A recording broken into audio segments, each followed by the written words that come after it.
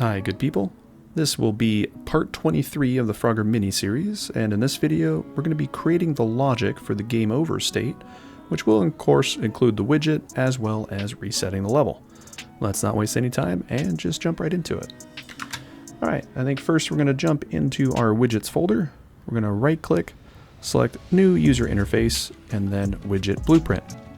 Of course, we're going to select the user widget option again and give it a title, WBP_game over. We'll double click or press enter to open that up.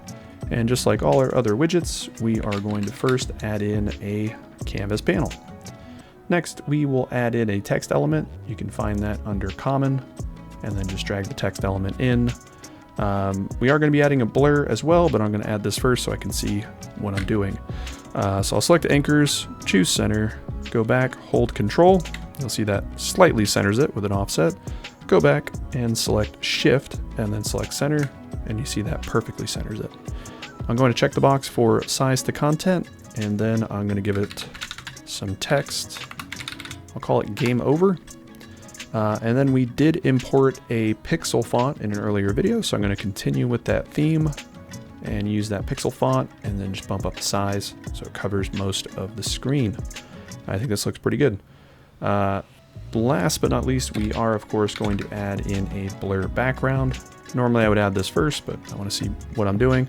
So we'll drag it in, and then we'll go to anchors, simply select full screen in the bottom right, then go back, hold control, select that full screen again, and it will expand your background blur to cover the entirety of the canvas.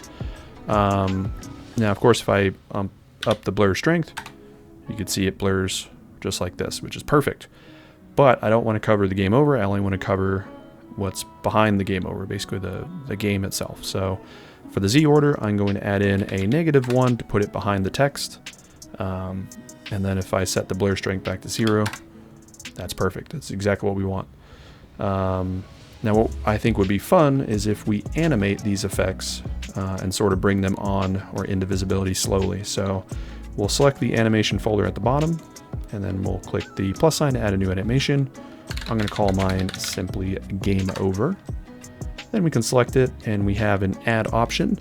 The last selected item will be the reference that you get. In my case, I have the background blur selected. So when I hit add, I can make a reference to the background blur. What I want to do is I want to hit the plus sign to add in some type of animation component. And this one, I'm going to be doing the blur strength. So starting off, I want it to be 0. And then after 1 second, I want the blur strength to be 4. So we're basically just animating that timeline to kind of add in that blur. Now the next thing I want to do is I'm going to hit compile. Then I'm going to select the text component, the game over component, go back to animation, and then when I hit the add button, you'll see it makes a reference towards that text element. So I'll choose that. I'm going to hit the plus sign on the text block, and this time I'm going to select the render opacity. So when we start at time frame 0, I want the render opacity to be 0, which means I want it to be invisible, so I don't want it to show up. After 1 second, I still want it to be 0. So I'm going to hit the little plus sign here to add in that keyframe, and that is perfect. Then I'm going to drag the timeline header over to the 2 second mark, and then I'm going to change the render opacity to 1, press enter. That'll lock that in, and that completes my animation. Basically, we add the blur first, and then we add the text, and then we're done. So we'll compile and save. Now you'll notice if it says the selected game over, that can be very annoying if you still have additional work to do in your widget.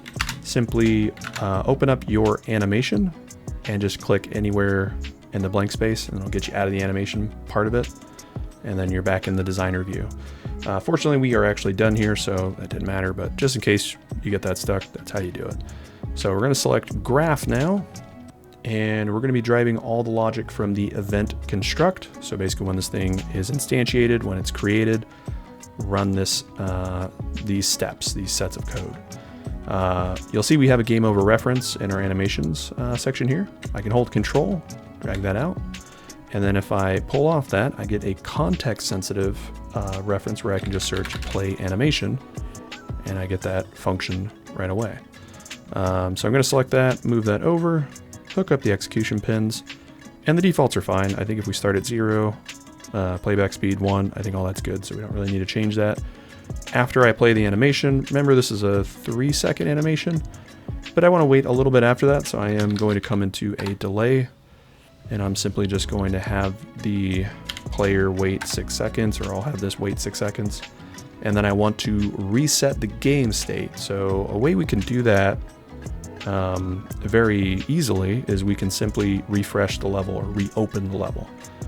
So I'll say open the level by name, and then you simply pass in the name of the level. Now, unfortunately, I used a bad name. I think I called it main menu. I think I meant to call that main level, or level 1.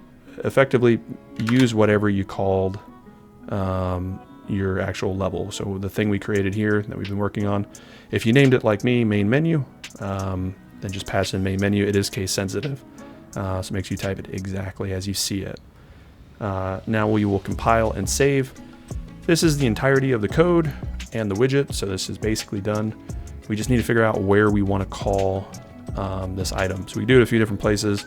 We're obviously capturing the number of lives in the game manager, so we can do, it makes the most sense to do it there. But another place you can do it is in the player blueprint, because we are technically getting references to the game manager, so you can do it there as well. I'll show you that here just to kind of show you there's multiple different ways to do these things. So let's actually go into our blueprints folder. We'll select the BP_player, and then we have a number of different events here. So you just got to figure out what makes the most sense. We got our event begin play, we got our input systems, movement code, more movement code, and we do have a death state, so I think this is probably going to be the winner. So we're checking if the player's already dead. If they're not, then we're calling lost life. We're stopping the timers. We're doing some camera work. And right here, look at this. We got a game manager reference. We're checking the lives, and we're seeing if the lives are greater than 0. If they are, we're telling the player to respawn. We're calling the spawn and swap. So we instantiate a new player, do some camera work, and kind of move to that player. But if it's not, we know that's the game over state. So we can use the false condition here and do a create widget. The widget, of course, will be the WBP_game over. And we'd simply pull off and do a add to viewport. And if I compile and save, I'm also going to cheat. I'm going to open up the game manager. We are storing the player lives in the game manager, so I'm going to select that and I'm going to set that to 1.